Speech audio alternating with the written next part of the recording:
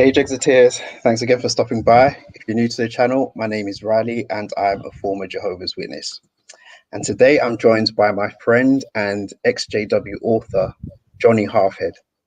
Jonny has written 3 short stories about various subjects of JW life, and tonight we'll be discussing his 3rd one, entitled The Offence of Grace. But before we begin, I just have to let you know that this live stream is definitely not suitable for children, and we'll be discussing subjects that you might find distressing. And with that, please allow me to introduce Jonny Halfhead. Jonny, how are you doing? I'm doing great, thanks, Mr. Jexit. Mr. Jexit himself. Thank you very much for joining me tonight. Pleasure. Yeah. So, how's your day been? A very interesting day. I've flown an aeroplane today. It was a 50th birthday present from my wife and my parents-in-law. And it was quite an experience. Wow, that is absolutely amazing. Well, you survived it to be here this evening, so I take it that everything went well. Yes, I reached up to God, I did. Great. So, please tell us about your book. If you could just start by giving us a brief synopsis. Okay, so it's a fictional story about a girl called Grace who goes through the most unfortunate experience of having a ministerial servant in the congregation rape her. And basically it's the story of not only the awful experience, but then of the consequences of that experience with having to face her mother and having to face the elders and the experience that brings up, the harrowing experience that brings up.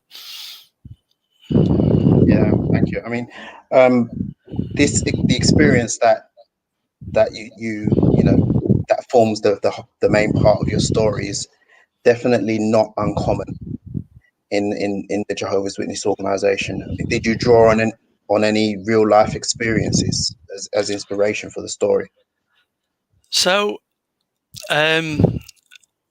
there's a group called Faith to Faithless that Terry and Steve run in the UK, and they do meetups around the country. So they do ExJW meetups, and I started going to a few, and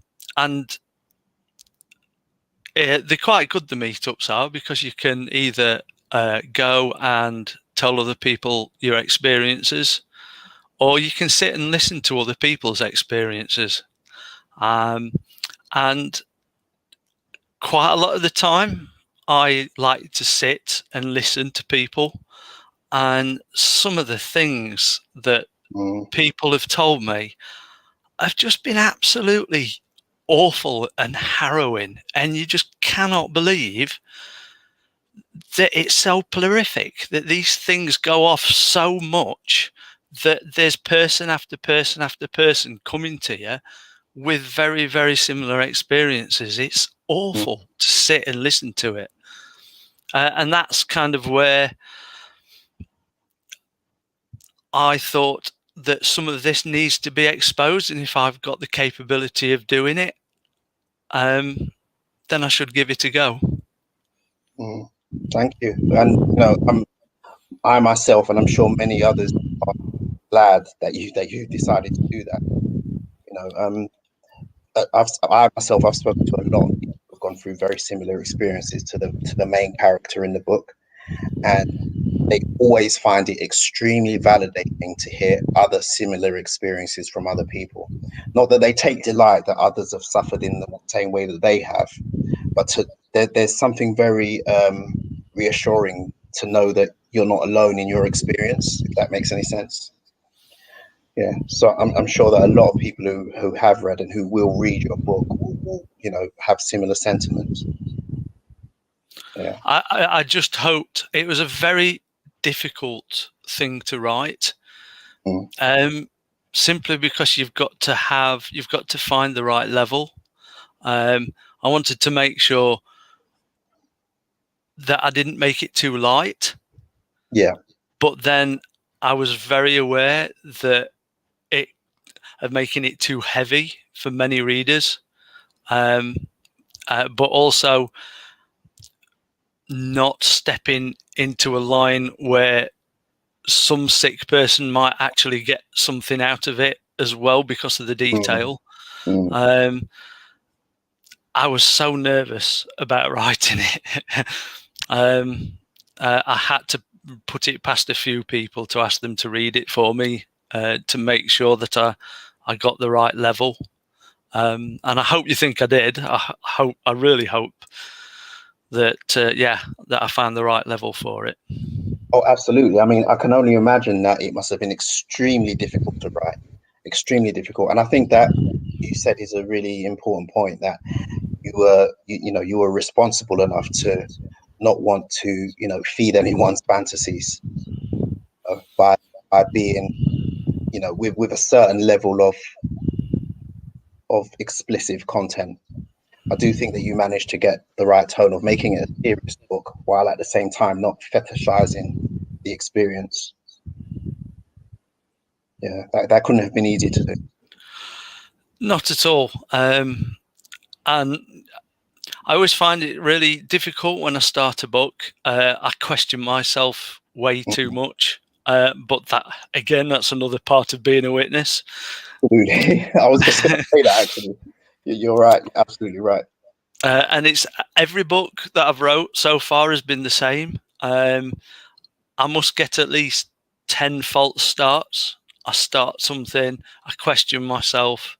I'm not sure if I want to do it. I'm not sure if I should do it. I'm not sure if I'm good enough to do it. That's the biggest thing. Why is anybody even remotely interested in anything I've got to write? But then I suppose the most important thing is doing it and getting it out there and let other people make their minds up. Yeah, absolutely. When you were writing it, did you have a particular audience in mind? I mean, were you aiming it towards a current Jehovah's Witness, an ex-Jehovah's Witness, or a non-Jehovah's Witness? What in your mind was the primary audience or intended audience for the book? I suppose I wanted to represent those people that I'd had a chat to at the ExJW meetings. I didn't want to single out anybody in particular, because obviously if people are having conversations with you, they should not be going outside of these meetings at all. So there was no real detail from what I remember of those conversations. It was, there's quite a few parts in that story where I remember how I felt going in to a judicial meeting in front of elders. And I remember how horrible it is. And all I could do was just even try and imagine how awful it would be to be in that worse circumstance. All I did when I was brought in front of a judicial committee was commit some sexual misdemeanor with a girl that I really liked. So it's nothing in comparison to the harrowing, stuff that's in the book. Nothing at all. So yeah, I wanted to give voice to those people. Yeah. I'm glad that you mentioned that about your own experiences with judicial, because as I was reading it, I kind of got the hint that you were writing from your own personal experience, not necessarily what happened to the character, but your own personal experience of being in the judicial committee, because there were things in there that only someone who'd gone through that experience would know and understand. And it really resonated with me as I was reading it. In particular, the parts where the main character was sitting in the car park waiting for the elders to be ready and waiting to go inside, and then being escorted outside once the judicial committee was over. I mean, it almost gave me flashbacks. It's interesting what people pick out as well, because the book's dedicated to an amazing woman called T.J. Emery, who's had some similar horrible experiences, even worse than what's in the book. She picked out the detail of the smell of the electric heater in the room. Something I can remember, because you always went, when you had a judicial meeting, it was always outside of hours of the, when the congregation wasn't there. So the Kingdom Hall was always cold. So the little mini heater was always on, and you can always smell the dust burning. And she picked that out, and she remembered something very similar. So it's incredible that you can connect to people on that level. I think that's fascinating. I love that. I think that's the purpose. If you can connect and you can represent, that makes it so worthwhile. Yeah, absolutely. I'm not sure how much you want me to reveal about the plot or the story, because I definitely don't want to spoil it for anybody who intends to buy the book. But I think one of the things that you did that I really liked while I was reading it is that it wasn't obvious how old the main character was right from the very start. I'm not sure if that was intentional or not, but I think that added a level of complexity that it was really intriguing to discover as you were going along. So was that intentional?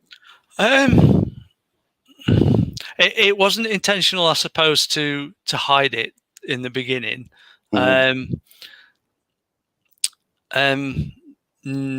think that was more accidental. It's interesting that they pick up something like that. I didn't intend that at all.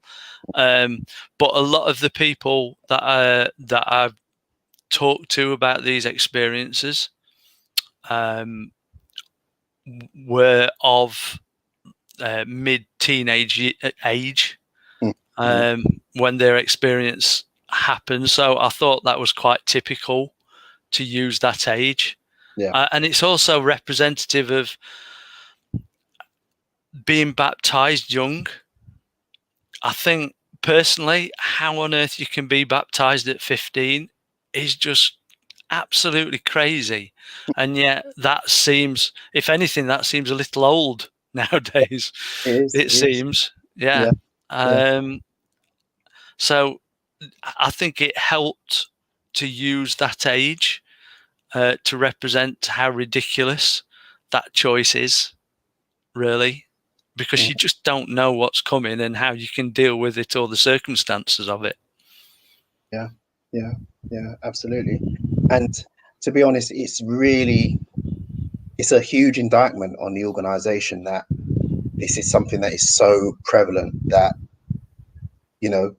there's so many experiences that can even be compiled into books and short stories, and and as I said, reading this, it was like a story that I'd heard 100 times already, just through speaking to people, just in the past less than a year that I've been involved in activism, and I've heard this story over and over and over again, and that really does say a lot about the organization, for the fact that we can do that.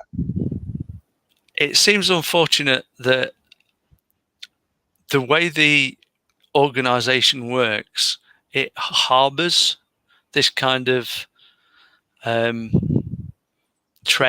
unfortunate trend. It's the same with child abuse. How it's awful just to think how it's able to be covered over and kept so quiet in front of so many people who would be absolutely horrified if they actually knew how much prevalent it was. Yeah, yeah, absolutely. I mean, as I was reading it, you include some very, very descriptive language about Jehovah's Witnesses, policies, procedures, culture, and customs. And I got the sense that you were also really trying to capture the minds of people who may have nothing to do with the witnesses at all or never ever heard of them, and that this information was included for their benefit so that they'd get some sense of what the organization was like. I really, really liked that. And also at the end, in the epilogue, you actually included a lot of details about the Australian Royal Commission and different legal cases around the world, which I thought was really, really good to highlight, especially for people who are, are non-Jehovah's Witnesses. As an activist, one of my biggest frustrations is that the world in general knows next to nothing about the organization and its harmful practices. So it was really refreshing for me to see that there. Do you want to just speak about that a little bit more? Why you chose to go in that direction? The reason I put that last chapter in was because although the story is a fictional one and it is made up and it isn't an actual event that happened, that could take away from the story, I thought, and the impact of it because it's made up. So I wanted to make sure, like you say, for any non-Jehovah's Witness or even a curious Jehovah's Witness that is reading it when they shouldn't be, Yeah. that I can put something in that brings it back to reality. And that's why I wanted to make it so factual as well at the end, to show that the stuff that's gone off in Australia with the Royal Commission and some of the consequences of that since, that some of those facts do get out there. Yeah. That although it's a fictional story, it's based on what is happening, in this organisation around the world, and at least to give people a chance to, or the opportunity to go and have a look for themselves. Yeah, yeah, absolutely. Another thing that I find really good was that including that information shows that there's more than one way to be an activist. I don't know whether you consider yourself an activist or not. You give yourself that label, but what you're doing is actually activism. Whether you intend it to be or not, or whether you realize it is or not, and that's great.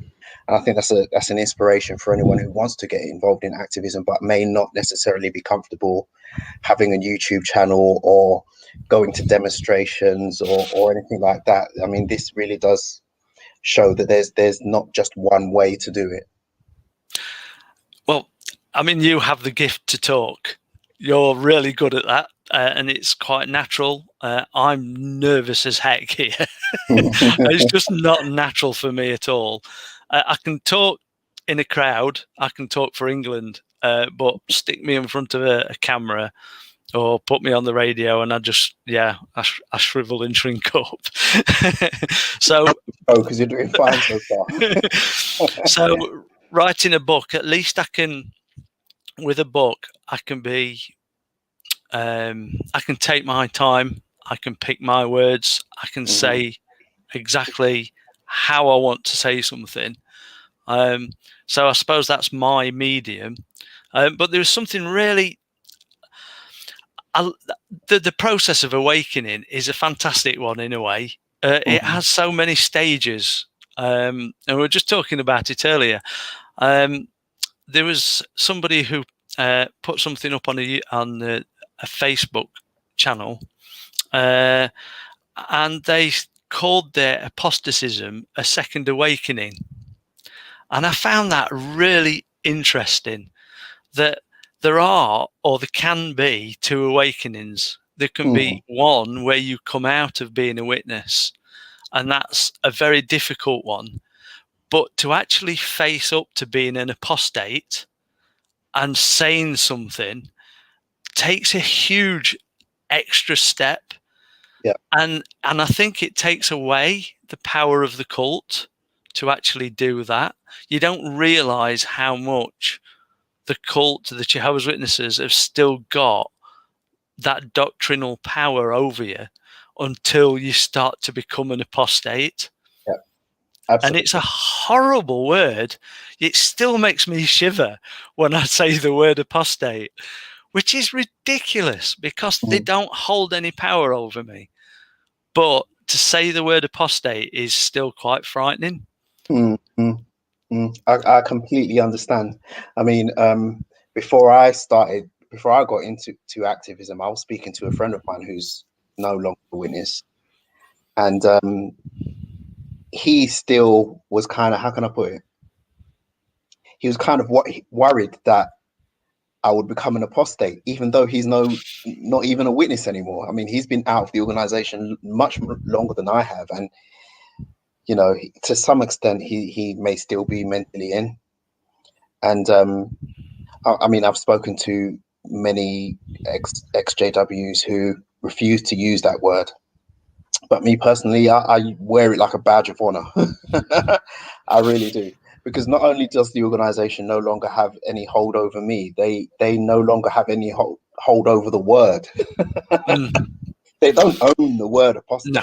The dictionary existed long before them, before they co-opted it and you know, superimposed their own definition onto it with all of the stigma and everything else, you know. So, and if it weren't for that word apostate, I may never have woken up, because I saw that on a t-shirt. A friend of mine, on her Facebook profile, she had the word apostate on a t-shirt and a definition underneath it, and that piqued my interest. That got me curious to, you know, to why is she self-identifying as an apostate? An apostate is like the most evil thing you could possibly be. Why is she being proud? And you know, and that started me down the path, you know, to waking up. So I'm glad. I'm glad that you know, there are people who embrace that word, and now I do embrace it myself. And I think that anybody who can do any work to speak out at all in any way whatsoever is a hero, is a modern hero. And it's something I do mention quite frankly in the book, that we're in a time where there's a lot going off in the witnesses, and with ex-witnesses there's a lot of people leaving, and there's a lot of support out there, which is something quite new to have so much support. And there are so many people breaking out in the most awful of circumstances, and every one of those people that do that really are heroes. One in particular is, I heard a rumor about half a congregation that had basically come out all at one go. They basically all woke up together, and I just thought that was the most amazing, heroic thing to ever hear. And you know, that things like that should be shouted out. They should be shouted out as loudly as possible, because it's amazing and it's so hard to do.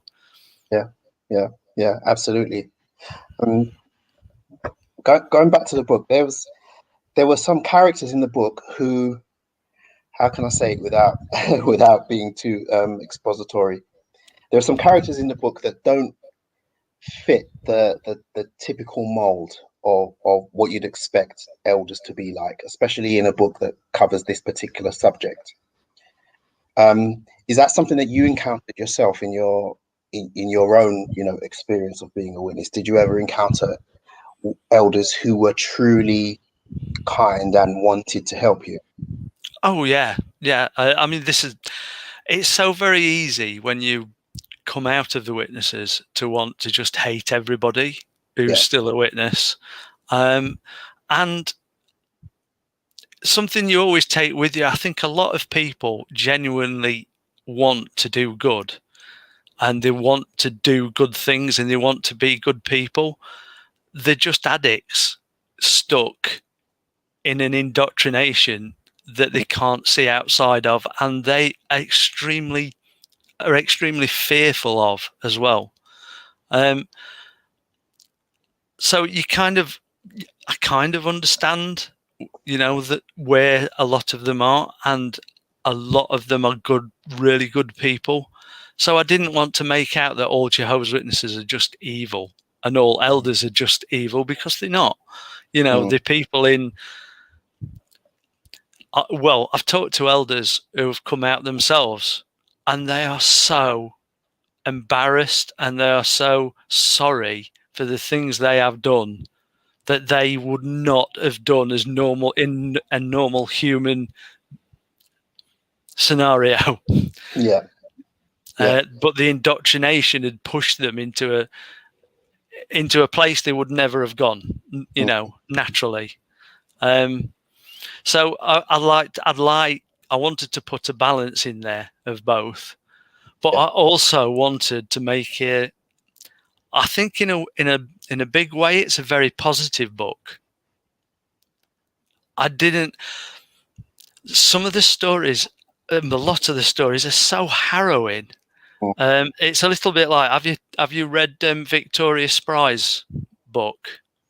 No, I haven't. I know of her story, but yeah, it's such a sad story, and it's so horrific from beginning to end that there just doesn't seem to be any respite at all. And I wanted to put some respite in there. I wanted to put some hope in there, because there is hope. Yeah, absolutely. I mean, when I finished it, I meant to say this at the beginning. I have a small confession to make. This is the very first book that I've read cover to cover since leaving school. Okay. I mean, I've listened to audiobooks because I find them easier to digest, but I've always liked reading. But my whole life as a witness, definitely since leaving school, I've always felt guilty about reading books that weren't JW books. Anytime I picked up a book and started reading a book, I thought to myself, the time I'm using to read this worldly book, I could be reading one of the Society's publications. And that voice would always be in the back of my mind, and it made me feel incredibly guilty. And I just never, ever finished a single book. Wow. So this is the very first book that I've finished since leaving school. I'm very honored. But yeah, so that just wanted to share that with you. But what was I saying? Yeah, I did, when I ended it, I felt very, very uplifted. Not just for the fact that it was the first time that I finished a book in a really long time, but the way the story ended, even though it was about such a horrific subject, and even though it was fiction, it's about things that I know for a fact have happened to real people and is still happening to real people. I didn't end the book on a low note. I ended the book on a high note, but at the same time, it wasn't unrealistic. You understand what I mean? I think you managed to strike a really good balance between it being positive without it being a complete fairy tale ending, which would have just undermined the whole thing. Was that really difficult to achieve? It was, and there's also a theme between the experience that Grace goes through and the final part of the book, where she escapes. And I wanted to draw a similarity between the two, to create a complete picture. So there's a kind of similarity between the beginning of the book and the end of the book, but in two totally different circumstances. I wanted to create that mirror, but also as well, like I said about the congregation I heard about, of half the congregation coming out and splitting away. Little snippets like that I wanted to put in to keep it real, if I could, but also to hope that some people would notice that and know that they are heroes. So that congregation that I've heard of, I've heard rumours of, I've not read it in print anywhere, but I've heard of this congregation that practically disbanded because there were so many people that left in disgust. They are heroes. And I wanted to be able to call to them and say, you are heroes. You know, what you've done is amazing. That's great. That's fantastic. Thank you so much for doing that. Would you like to take some questions? Yeah. Okay, so we have a question here from and viewers. Please feel free to type some questions in a comment if you'd like to ask Jonny anything about his book. And we already have one, which is from Paul Williams. Do you see the witnesses as captives of a concept and under the influence of control methods, or is it people afraid of losing family and friends? Oh, that's really good. There's two parts, isn't there? And I think it can be any combination of both or one or the other. I think people are very frightened of losing everything. I lost everything when I left. Everything that I knew was in that world of Jehovah's Witnesses, because you're not allowed anything from outside. There was nothing outside. So when I left, I had absolutely nothing at all. And it's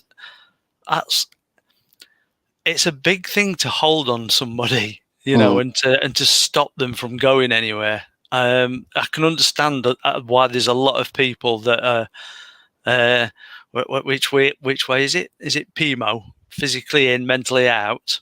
You know, they can be mentally out, but they could stay in for years just because they're afraid of losing everything that they know. Yeah. And captives of a concept. The doctrination is so heavy, but it is based, I hate to say it, it's based on a mental laziness. You know, when the Watchtower quote some scientific journal, we don't go and check it out. You know, I suppose it's in the same way that we do now when we read a scientific journal that says this current theory works this way. We don't go and study it for 5 years to check up that what the person's telling us is true. You know, you have to have a certain amount of faith in what you're told. And if you trust in totally the people that are around you, then, and that's your world, then you're going to believe them. Yeah. I mean, you pick up on an important point about the quotes and stuff. I mean, I think that the indoctrination worked because people outsource their thinking ability, their critical thinking skills. You completely outsource that to the governing body. You know, it's to say, I mean, I've literally heard people say, well, I don't need to research this. I don't need to think about it because they do all of that for us. You know, they've done all of that for us. We don't need to. They've made it so easy for us. And they say they actually think it's a good thing. They actually think it's a good thing. They speak about it like it's a good thing that they don't have to think because someone else is doing their thinking for them. It's an act of faith, isn't it? Yeah. You know, so actually that is encouraged to have faith and to not go and do the research. So it becomes a vicious circle. I mean, when I was first waking up, in the really early stages, it was like, you know, in the first week that I started watching apostate videos on YouTube, I came across this YouTuber. She's what's her name again? I think her name is Melissa something. Can't quite remember, but she was debunking an article that and a quote that was in the Watchtower, and she said that she went and got the book that they were quoting from, and the mere fact that she had done that completely blew my mind. I was like, I would never in a million years have thought to do that. Never in a million years. And I was thinking to myself, she's a genius. Because I would never have thought to do that.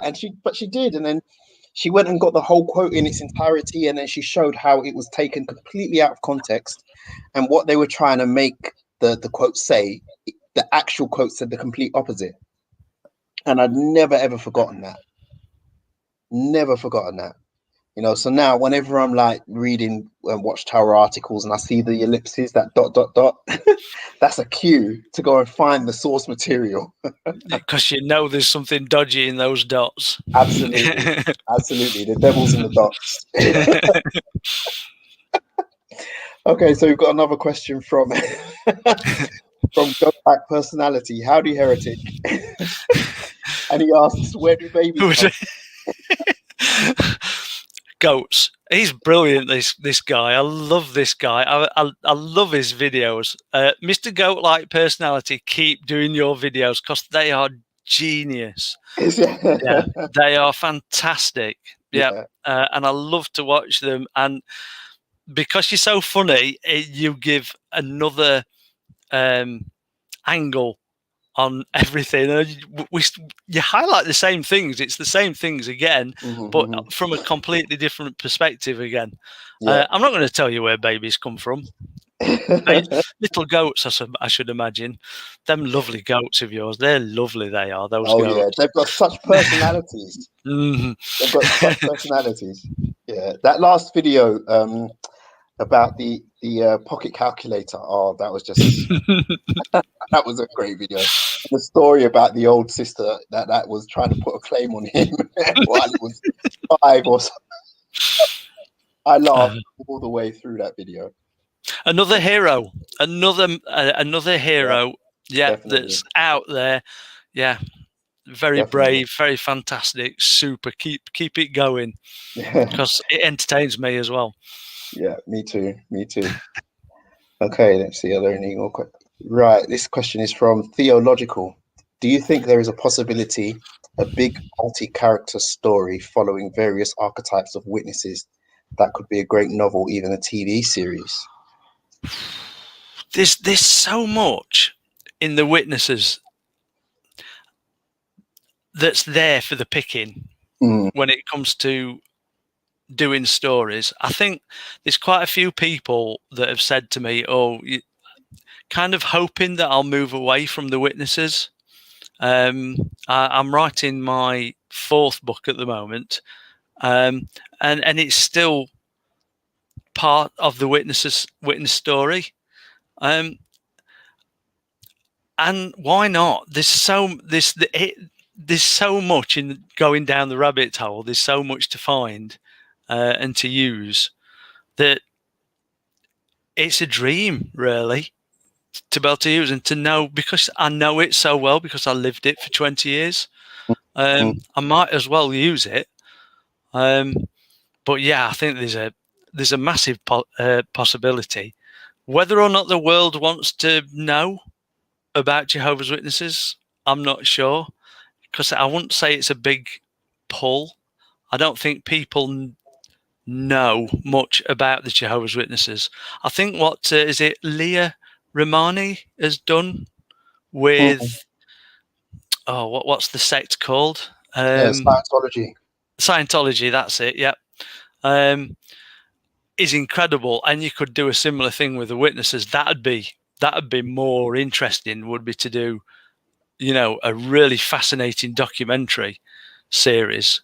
That would be fantastic. That would be amazing. I think people would be blown away. I would love to see a fictional TV series around witnesses. I mean, there's been ones done about the Mormons, but I mean, let's face it, most really big modern day entertainment comes from America. So any religious based TV series are going to be about religions that are big over there. And the Mormons in America are huge, much bigger than the witnesses. So I think this is the thing. The witnesses, in terms of the world in general, are minuscule. They're a blip. They don't even appear on anybody's radar, which is the complete opposite of what witnesses actually think. Yeah. They think that they're so central to think what's going on in the world, and but it's just the complete opposite. The world just doesn't care about witnesses at all. Beyond being bothered on a Saturday morning by them waking you up out of bed, the world knows nothing about witnesses and doesn't care. So I think it's unlikely that we'd see, like a major TV show centered around, a congregation or a witness family or anything like that. I think we're very far off from that. I just don't think they're demands, to be honest. But I would love to see. I think this is why I think probably a documentary would work, because scandal helps, and there's plenty of scandal. Oh yeah, definitely. Yeah, and scandal does very, very well in terms of entertainment. Okay, we have Eyes on the Prize. Comedy show about a few different families, how they maybe judge each other when they see each other at the grocery store, but they're still screwed up in their own ways. That would be interesting to see. Yeah. So there's an opportunity for somebody to do a YouTube channel. You see, you could actually do something. We all know, we would know the in jokes. Yeah, that's true. That's true. The guy who did the Lego, Kevin McCree. That's the one. Yes, yeah. His were fantastic. Yeah, and because you knew all the in jokes, it made it so funny. Sean Miller. Oh, Sean, how are you doing? Good to see you there. So Sean asks, my wife and I came up with a hilarious pilot episode for a witness-based show. Do you know any producers? I don't know any producers, but I know someone who might know some producers. That would be great. And JW Suicide says, Kevin was the best ever. Yes, he absolutely was. Absolutely was. Yep. I'd love to see more episodes of Uptown. It was very... It reminded me of Spitting Image in a way. Yeah. It allowed you to do and say a lot of things that, are very, very serious, but you could do it kind of tongue-in-cheek because it was Lego. Yeah, absolutely. Somebody else made a comment about... Yeah, here we go. I did like Parker's novel, The Turning Sword, about post-Armageddon. I recommend it. I'm not familiar with that, but I did recently read, I think it was just like a blog post, and it was like an Armageddon diary. It was written from the perspective of an Armageddon survivor, and it was like a day-by-day account of what things were like in the new system. And it was absolutely horrendous. Absolutely horrendous. Things that, as a witness, current witnesses, or even you or I, when we were witnesses, never have thought about. Because when you think about paradise and the new system, just there's going to be 1,000-year reign, and it's going to take 1,000 years to get to perfection. It's going to take time to turn the earth into a paradise, but you don't think about there being anything bad day one after Armageddon. But what this author wrote in this diary was just really eye-opening and very, very thought-provoking. There's just so much that witnesses don't think about, like clearing away the dead bodies, and and people who are resurrected who don't perform, things like that. Witnesses just do not think about that. No, that's so weird. My second book is called The 1975 Apocalypse, and that's exactly what it's about. Oh wow! Okay. It's funny, but this is another thing. I want to try and get some of these books, if I can, exposed and out there. So I've been trying to put a couple up on my own website, jonnyhalfhead.com. So yeah, I'm going to look out for this. Thanks for this, JW Suicides. I'm going to have a look for that, and I'll have a read of that. it's a bit annoying because, yeah, it sounds very similar to the book that I've done, but obviously they've done it way before me. So I'd like to go and see how they've done it. Yeah, it'd be really interesting to see that. Yeah, to read that. Yeah. So I'm definitely going to read your other books and have you back on the channel to speak about those as well. Yeah, that'd be great. great. Now that you've told me what the 1975 one is about, that's going to be the next one. Okay. Are there any more questions? Show The Path on Hulu, great cult show that any ExJW would relate to. I haven't heard of that one, but I'll look into it. No, I've not heard of that. No, me neither. And JW Suicide says, Johnny, I'm connected with you on Facebook. We'll have a share. Yes, definitely. Good. So you mentioned that you're writing a fourth book at the moment. Yes. Are you able to give us a synopsis of that? Right. So the very first book that I wrote was called 9 Pills. And although it's fiction, it's quite strongly based on my life as a Jehovah's Witness and then coming out from being a Jehovah's Witness. And the book that first book was quite raw. It's the first book that I wrote. And it kind of finished not long after I left the Witnesses. And quite a few people have said to me, oh, you really ought to do, a sequel to it, because it was just the start of quite a few interesting things happening. Because I decided that I wanted to play in a band. So I loved goth music. So I really got into goth music, and I wrote a fanzine for a couple of years. And then I joined a band and toured with a band for a couple of years. So there's some interesting stuff in there. And all that time that I was doing that, I was having struggle and turmoil still with being an ex-Jehovah's Witness and still believing I was going to die at Armageddon. So basically, the book that I'm writing now is that story that continues on about going all weird. And I won't say justifying it to myself, but having that anxiety and fear of what God thought of me and what's going to happen when Armageddon finally does come. Yeah, I know exactly what it's like. The very first time that I gave myself permission to look up or to research the organization, I was absolutely terrified. I've thought to myself, this is like the final frontier. This is definitely like crossing the Rubicon. I was like, this is like the final step. There's no going back after doing this, because I by that time I decided that I was never coming back to the organization. But at the same time, the finality of knowing that if I anytime changed my mind, taking this step would completely make that null and void. Ever. That was very, very frightening. It was very, very frightening. But I did it anyway, and I'm glad I did. But I completely understand what that's like. That's inner struggle.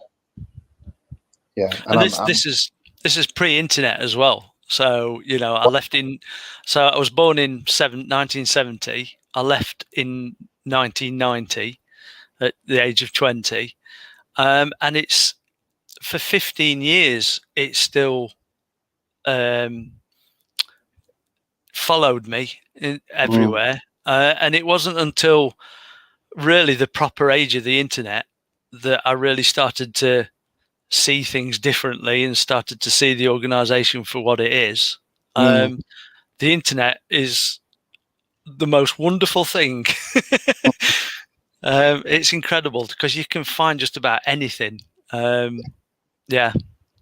And I do think that the internet will ultimately be what causes the downfall of the organization, because it's just not designed to withstand the information age.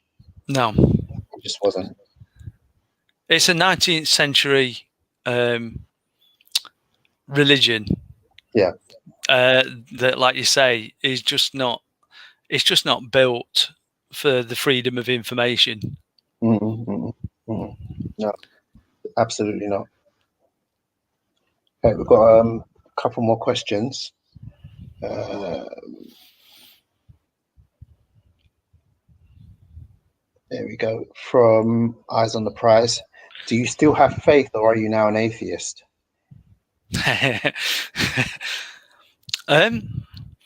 The only thing I don't believe in is absolutes. I think Jehovah's Witnesses are a very black and white religion of absolutes. And it's so easy to go and take that type of indoctrination and to put it into something else.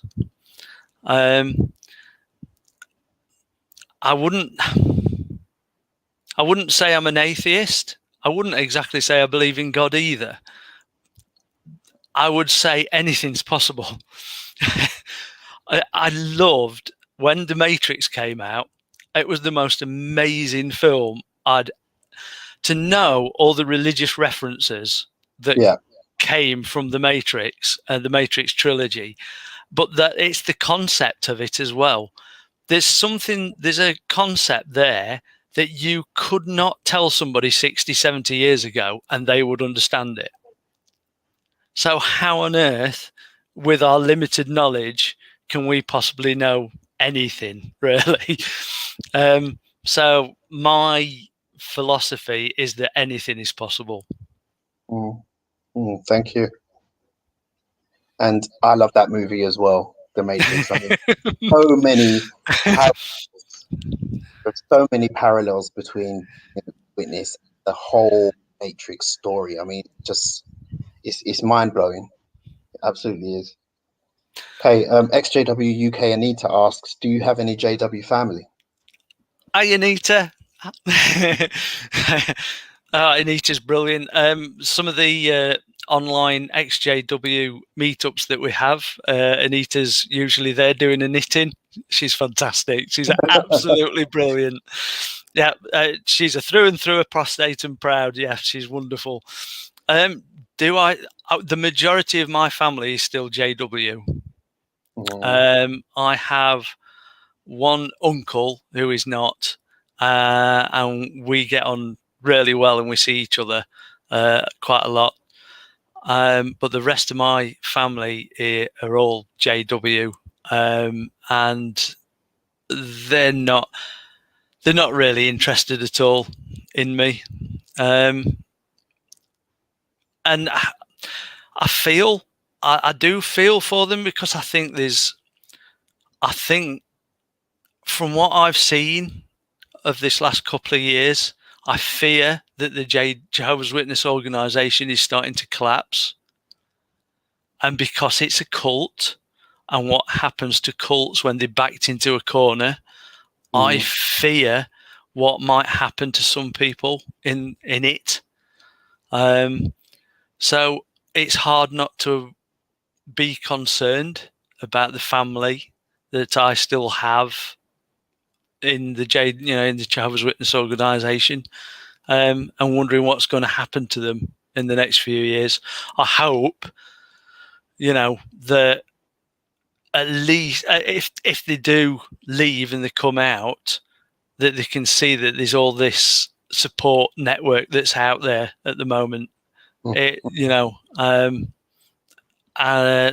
they can get in touch. Yeah. I share those fears with you. I mean, taking into consideration the pacifist nature of Jehovah's Witness culture, I don't think that they're going to go the way of Heaven's Gate or Jonestown.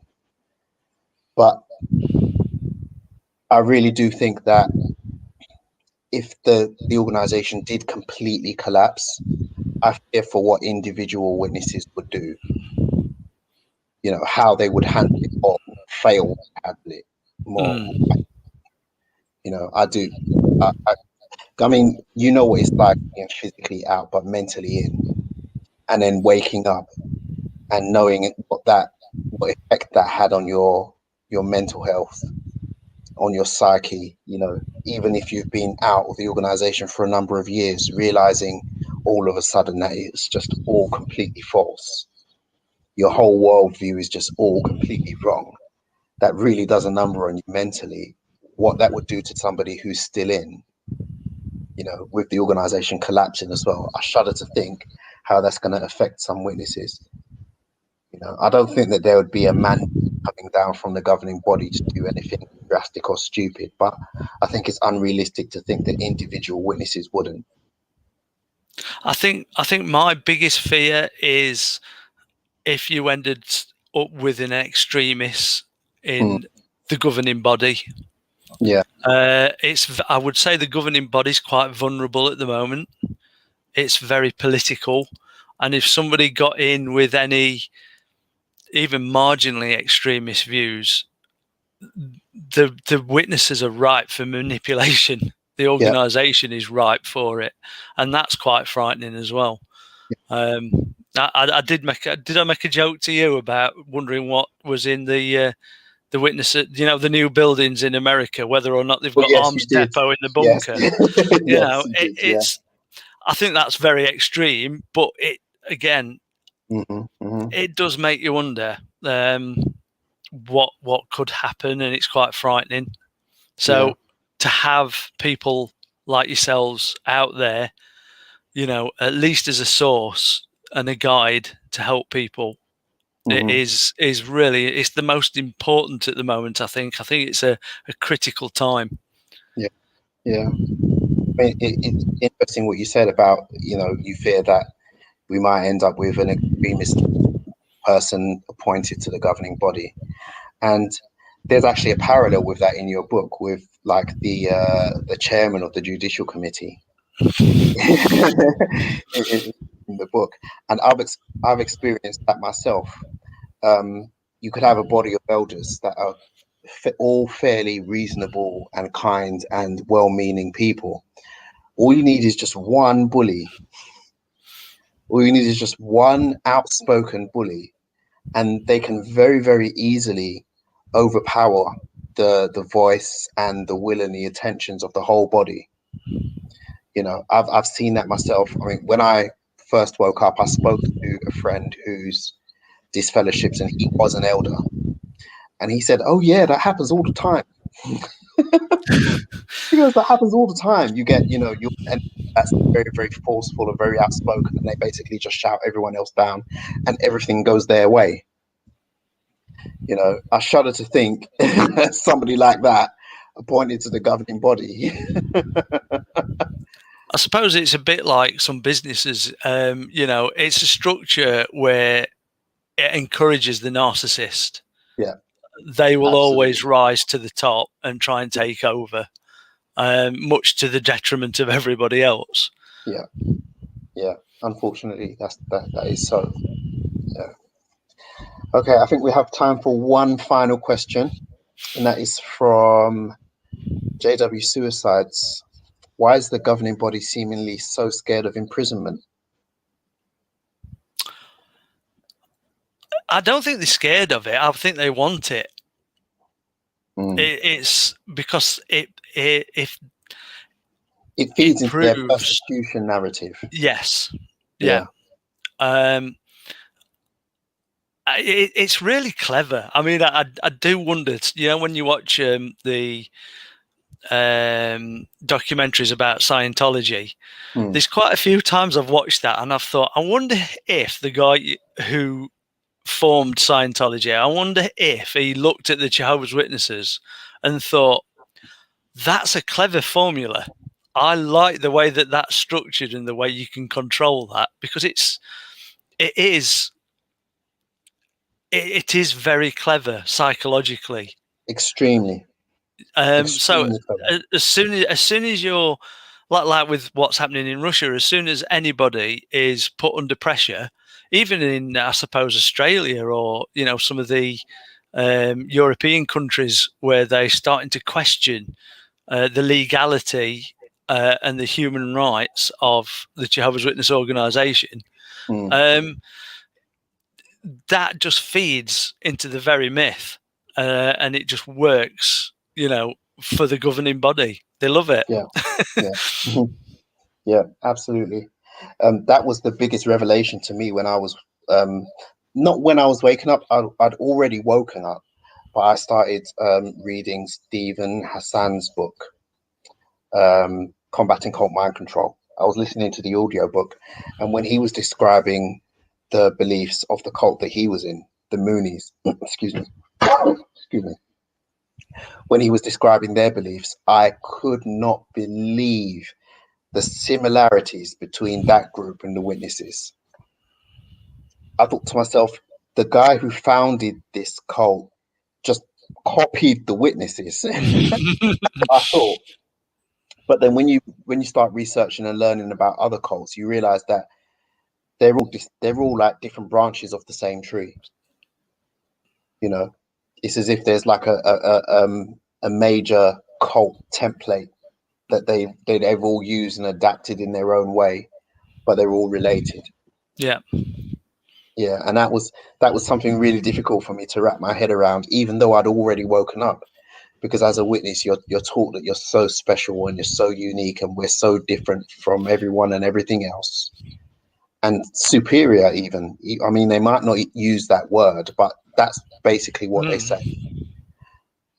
So finding that out was just, it blew my mind. It literally blew my mind. Okay, so I think, are there any more questions?